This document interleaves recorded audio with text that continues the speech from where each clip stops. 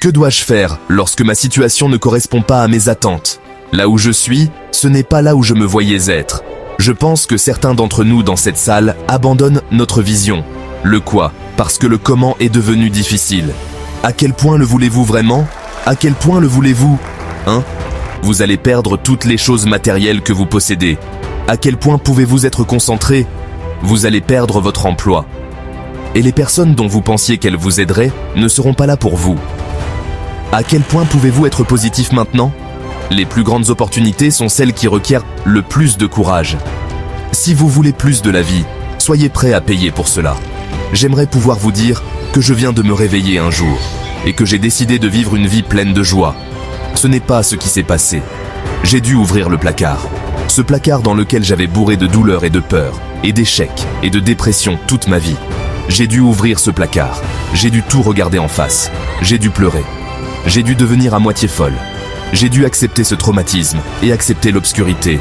Le changement, c'est d'être prêt à mourir à ce que nous étions avant la douleur pour donner naissance à la personne que nous devenons. Et il faut croire même s'il n'y a aucune raison de croire.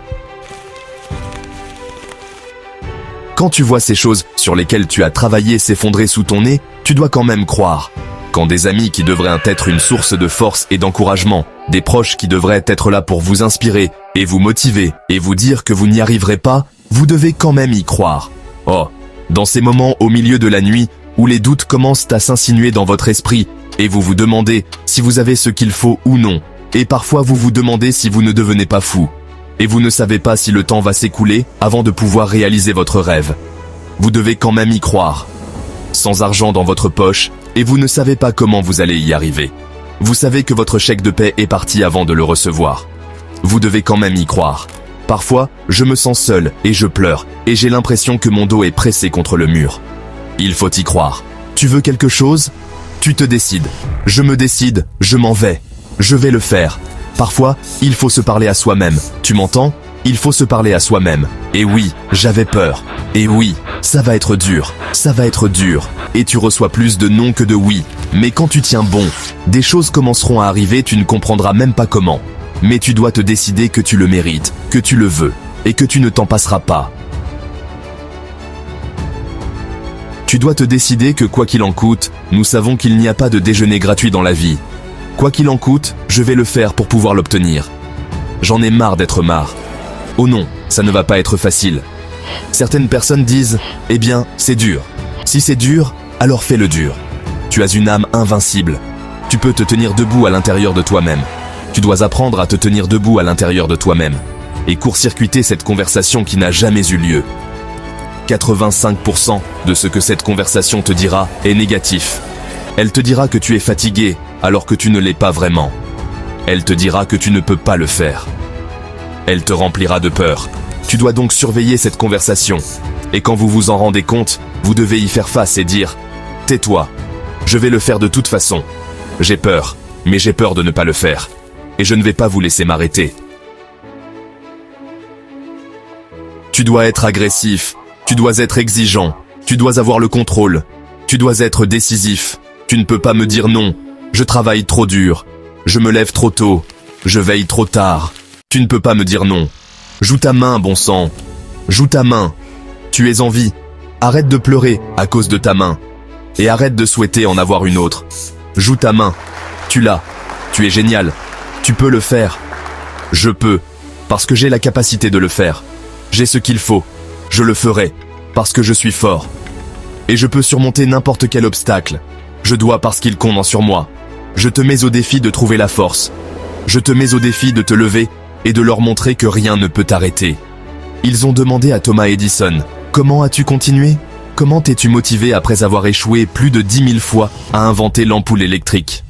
Il a dit, « Je n'ai pas échoué 10 000 fois. J'ai trouvé 10 000 façons qui n'ont pas fonctionné. » Tu sais, tu es là aujourd'hui. Tu es parti aujourd'hui. Tu ne peux pas sortir de la vie vivant.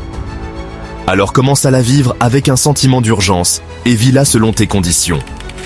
Vous ne savez pas ce que vous ne pouvez pas faire. Ne laissez pas ce monde négatif vous atteindre.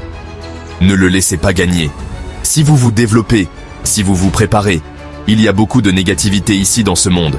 Mais vous devez commencer à vous isoler mentalement et ne lui permettez pas de pénétrer votre bouclier. Vous devez apprendre à exister dans le monde et ne pas permettre au monde d'exister en vous. C'est une différence entre être un thermomètre et être un thermostat. Beaucoup de gens sont des thermomètres, ils fluctuent avec la vie. Les choses vont bien, ils se sentent bien, et ils sont positifs et ont une attitude de oui je peux. Les choses ne vont pas bien, maintenant ils sont déprimés. Mais quand vous êtes un thermostat, vous ne laissez pas les circonstances vous déterminer. Vous entrez dans une situation négative, vous la rendez positive.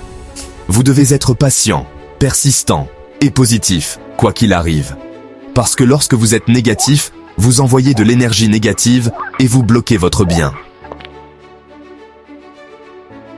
Où que vous soyez dans la vie, vous avez le pouvoir de revenir. Peu importe à quel point vous êtes bas. Peu importe ce que vous avez fait. Peu importe ce que vous avez vécu. Peu importe à quel point votre vie peut sembler dévastée.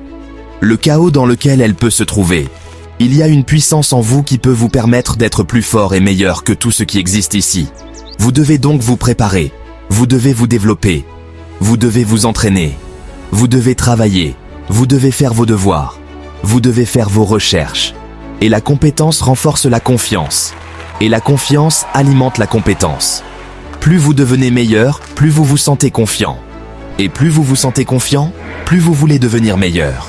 Vous réalisez que vous n'avez pas de plafond, que vous pouvez améliorer tout ce que vous avez fait jusqu'à présent. Vous pouvez aller au-delà. Nous devons regarder notre traumatisme en face.